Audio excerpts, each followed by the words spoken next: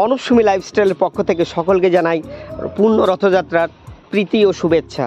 তো আমার ওয়াইফ ঘরোয়া একটি অনুষ্ঠানের মধ্য দিয়ে এই শুভ রথযাত্রার জয় জগন্নাথের অনুষ্ঠানের শুভ সূচনা করলেন। তো আমাদের এই ঘরোয়া রথযাত্রা একটি ছোট্ট একটি গল্প আপনাদেরকে শোনাই। আমরা 2018 সালে যখন প্রথম পুরীতে গিয়েছিলাম, তখন আমার ছেলে জয় জগন্নাথের প্রতি আকৃষ্ট হয়। তারপর থেকে আমরা 2018 থেকে এই দীর্ঘ 6 বছর ধরে আমরা রথ উৎসব পালন করে আসছি।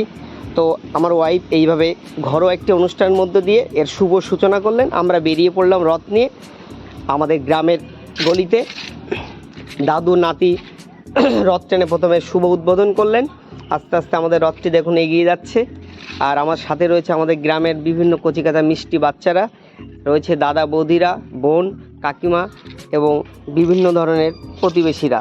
তো বাচ্চারা দেখুন কিভাবে রথ উৎসব তাদের রথের দড়িতে টেনে কিভাবে তাদের আনন্দ উপভোগ করছে। সেই আনন্দঘন মুহূর্তটা আপনাদের সামনে ক্যামেরাবন্দি না করেই পারলাম না, তুলে ধরলাম।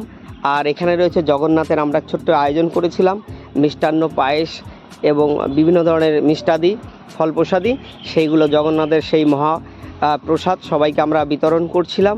আর আমাদের পাড়া প্রতিবেশী দাদা বৌদিরা সেগুলো সাদরে গ্রহণ করছিল।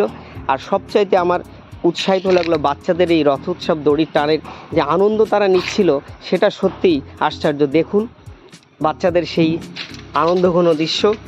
আর আপনাদের পরবর্তী ব্লগে আবার দেখা হচ্ছে। আপনাদের কেমন লাগলো আপনারা জানাবেন।